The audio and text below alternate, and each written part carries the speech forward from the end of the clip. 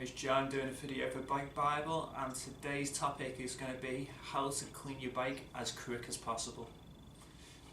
So during the winter time, your bike is going to be getting hammered out there from salt, dirt, debris, the elements in general.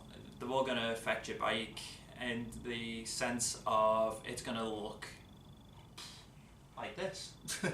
So I'm going to show you the quickest possible way of cleaning your bike thoroughly and still having a life. So first off, what we want to do, get a bike up on a stand or where you feel comfortable for cleaning your bike. Start by giving the bike a good spray down. So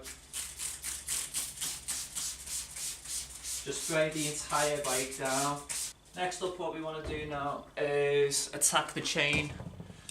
This is going to be a tough area to tackle, so it's always best to get your sprays on it nice and quickly so that it gives it time to soak in, so by the time you start wiping it off, it's going to be a lot easier. 3 rotations on the chain there, and a quick spray up and down the cassette. And what we'll do as well is we'll put a tiny bit on the derailleur, making sure we're not tackling any areas, by the way, with this stuff against bearings or where bearings can be located. Last thing you want is this getting inside, wearing away grease, and then you're going to be having more deterioration on the bearings themselves. So we'll do the jockey wheels as well. And what we want to do,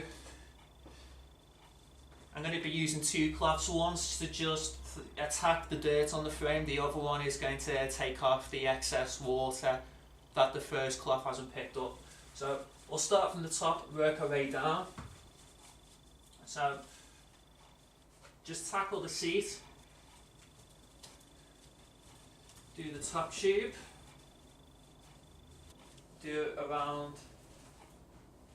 the bars, the frame. You want to work top to bottom, because if you start bottom to top, what happens is if you're knocking any dirt off on the top after you've done the bottom, it's just going to fall right back onto the part where you just cleaned up. So that's why you always want to start top to bottom. Oh, there's some proper grounding dirt there. So still working our way around the frame. For tight areas like around your brake calipers, always good to use a brush.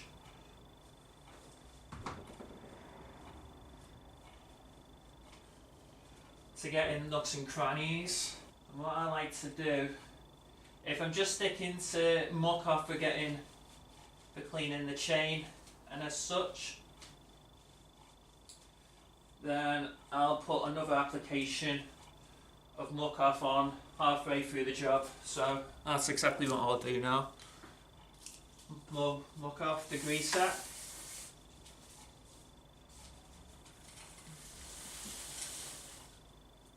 I need to top this up.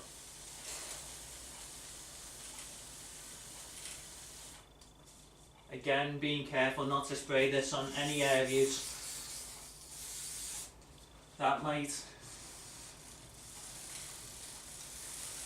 attack the bearings. Continue cleaning the frame down like such. If it's easy to take your wheels off, do so, but the main idea of doing a quick clean is you just want to get a lot of the general grime off your bike. Do the down tubes like such. You can probably see it's starting to look a lot fresher already now as well. Look off there. For the derailleur, well, for both derailleurs in fact, it's probably best tackling the areas with a brush. Just something like this, normal floor type.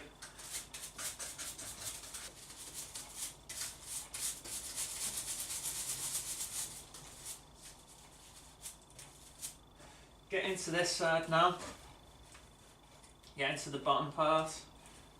don't want to clean it up too much around there because it's going to still have offshoots of chain degrease attack it, so be prepared for that area to get mucky a little bit more before it gets better again.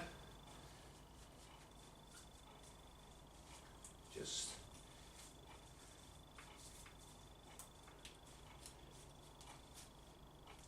and if you're wondering why there's actually any reason to cleaning your bike, if you're not precious about your bike being clean all the time, there's one reason why you should actually clean it, and that is as you're cleaning around the bike, you're able to see if there's any sort of cracks in and around components on the bike itself. Next up, we'll want to quickly tackle the chain.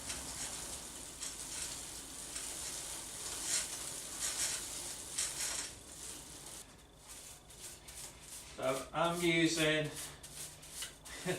I'm using a brush that you'd usually put paste onto wallpaper with, but you can pick them up for pennies. Just keep cleaning around there. And what I tend to do is, if I want to get really into a cassette, you can just use a cloth and just spin it around like this, and I don't know if you'll pick it up on the video from there, but it's really starting to tackle now the cassette properly, and it's cleaning up quite nicely now. So there's probably around about 4 teeth to go on here. So now we can tackle the higher gears. Higher gears being the smaller cogs on your cassette. First, then we'll tackle the inside in a second. Always difficult getting the teeth behind the arms, crank arms themselves, but it is doable. Inside the derailleur, because you don't want more dirt transferring from the mech into the actual chain again. Tackling the inside of the chain rings now. There is ways of cleaning bikes even faster than this, but I honestly don't trust them methods. Reason being is, if you clean your bike too fast, you're going to pass over stuff as you're going along where you're not going to be picking up any potential wear and tear that's happening on the bike. Usually when I do servicing on bikes, the bike is usually completely apart prior to starting any of this. Clean the brake blocks. I'll do the underside soon enough. I just want to, if you've got brakes where they are very, very, very close to your tyres, it picks up as much dirt as well compared to the back, because it doesn't have basically the same sort of crap getting flung up at it, you know, in terms of the chain and cassette. That's why you'll always notice that the front wheel is generally a lot cleaner compared to the back, which is why the back end of the bike needs more attention normally from the front end. Once we've done cleaning on this as well, I'm going to just show you a few things to check over as well, in terms of what parts to check over and just, you know, adjust if you like. There we go, that's looking better.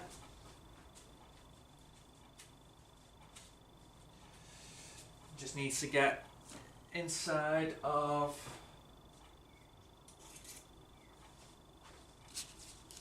one of the problem areas. It's always good to clean inside of it, because if you ever need to take your front brakes off or adjust them, then it's vital to keeping that area as clean as you can. Right, so we'll get a rag back again. Again, we'll tackle the back reel for cleaning that. Where's my spray? There it is. I'll give this another clean now.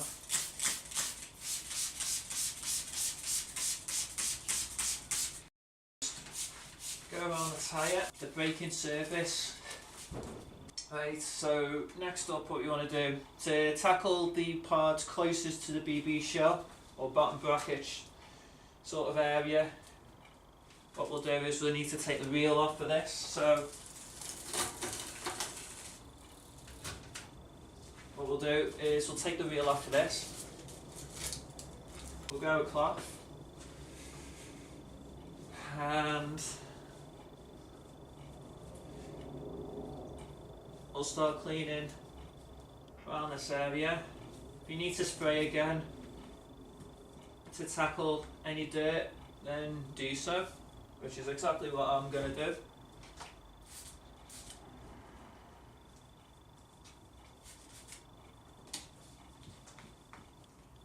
You can use a brush for more grounding parts. A quick clean around here, just because it's hard to tackle, again, it's hard to tackle this area with a reel on.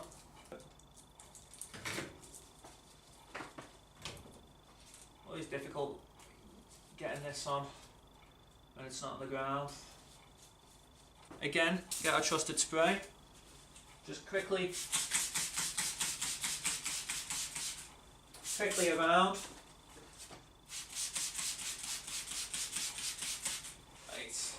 Just go around the tyre first. Quick spin on that side for the braking surface. Surface even.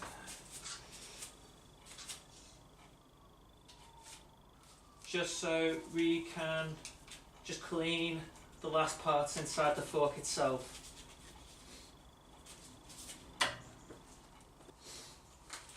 So just giving inside of, we're doing in and around this area exactly for the same reason, by the way, as why we cleaned around the brakes on the back, and that is because you can get a build-up of debris, dirt, mud, all the rest of it in and around this area, and it also stands a chance as well over the years of corroding the actual retaining bolt, or retaining nut if you like, for the brake as well. So that's why we clean in and around this area like we do. I'll just throw this back on now. So key areas to check over is going to be around the seat, stem bars, cranks and the wheels as well. I'll start off first by just inspecting around the seat. So it does look, what I want to do is I just want to check to make sure, just nip up anything that needs nipping up. We'll check the seat post or seat post clamp as well. We'll check around the stem as well, making sure that we start on the bottom just to pinch up anything. Yep, that's perfectly fine. And what I'm doing is I'm going around, if you've got any tools like an Allen driver like this, a good rule of thumb is as you're checking torque on things, if you don't have a torque wrench with you, I do, but I'm showing you the basic way of doing things. What you can do is hold it firmly in place, and if it starts flexing like that with a fair bit of pressure, then you know it's at a decent amount of torque. Usually if you get a torque, if you set it to torque afterwards, you'll usually find that it might be a pinch over or a pinch under what the tolerance for that part is. Handlebars as well. So just checking around on here. I'll use this part for that. Yeah, that's fine. That's cool. And that's cool as well. You can get the 5 outs for the crank, for the left side crank arm. Yeah, that's cool.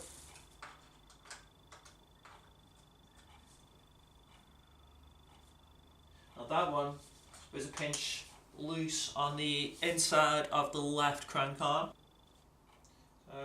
That was actually fairly loose on there. I'm going to check on this one as well. And that could have been done up a pinch more as well. So again, same thing again. You know, just checking over stuff is going to save you a bunch of heartache later on. Are largely fine. Can't twist on them, can't swing off them or anything. Down to just checking gears. First things first, however, we're going to put a little bit of, that's the only stuff you can really get away with during the winter really, wet lube for your chain. So we're going to apply a little bit on here. There you go. So I'll let that soak in for a minute. One last area to check as well is chainring bolts.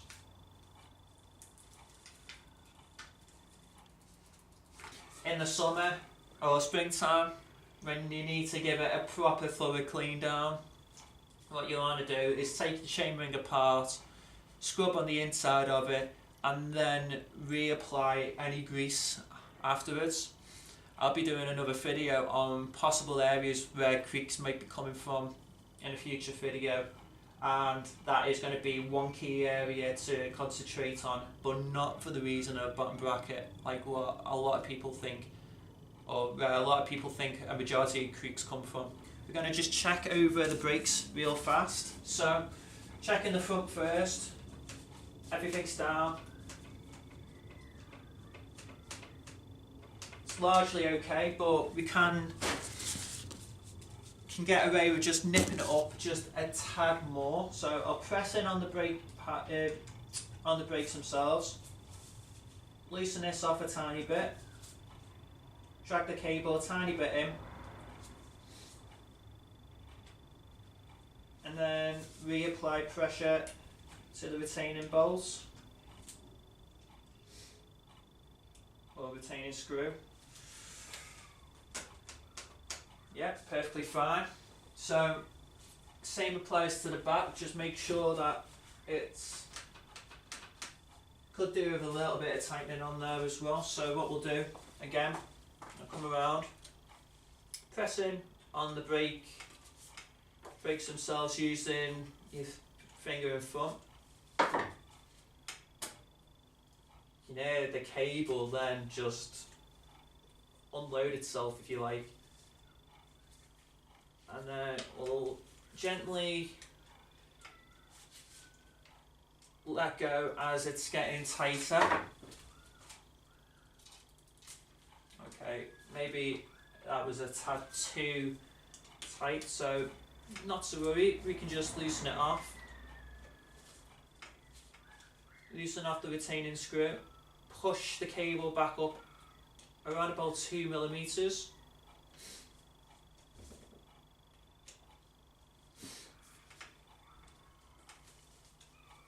We'll have a quick feel. Perfect. And the cables, they feel,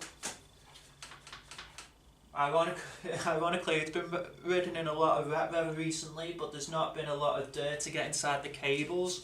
So for the time being at least, they feel nice and responsive. If your cable or if your brake feels quite spongy on the let off, two areas to look at. You could potentially clean your brake cables or replace them. It depends on how much deterioration's happened to the cable itself. The other thing what you can do is clean the inside, clean the spring on the inside of the brake. Sometimes that does actually let off. It loses its retention, if you like, because the dirt on the inside is not causing the spring to move freely on the pivotal point on the brake where it meets up with. So always make sure that your springs on there, and actually on your derailleurs for that matter, are nice and free. That way you're going to get the most joy, if you like, from your components. I'm going to just very quickly get rid of any loose lube on my chain. That's all sorted. And now what we're going to do is we're going to have a quick check through the front and rear derailleur. So I'm going to start with the front, making sure that I'm in the corresponding gears for both these things. So ideally you want to be in the low gear and the small chainring for the setting up the front and the rear. So next up we'll need a screwdriver. At the moment I've got a decent amount of leeway on the inside. It's not going to slap too heavily on the inside of here, so I'm quite happy with that. For the back, it's all in alignment, so I don't need to adjust the low adjustments. It's literally probably going to be just cables, because it's very rare for alignment screws to just randomly move on themselves. So next up we'll go to the big chainring. Not crossing gears too much.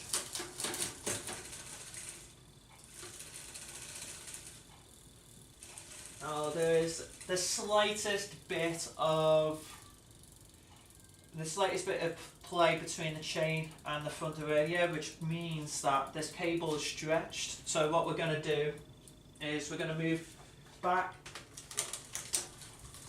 into the low chainring for a second. We're going to get a 4mm. And we're going to just quickly readjust this cable. So I need a decent set of pliers. You can get tools that actually tighten cables up, like this for example. That basically goes around the cables, and then you press up on there and it puts the stretch on the actual cable. But I'm going to show you the standard way of doing things, because I want to keep this as homegrown as possible for this video. So I'm just going to put the tiniest bit of pressure on here, not too much to the point where it's going to start swinging the whole derailleur out like that. If you can see it moving, that's too much. So what we'll do, we'll put the tiniest bit of pressure on there, not too much. You don't want to misshapen the gear cable. There we go.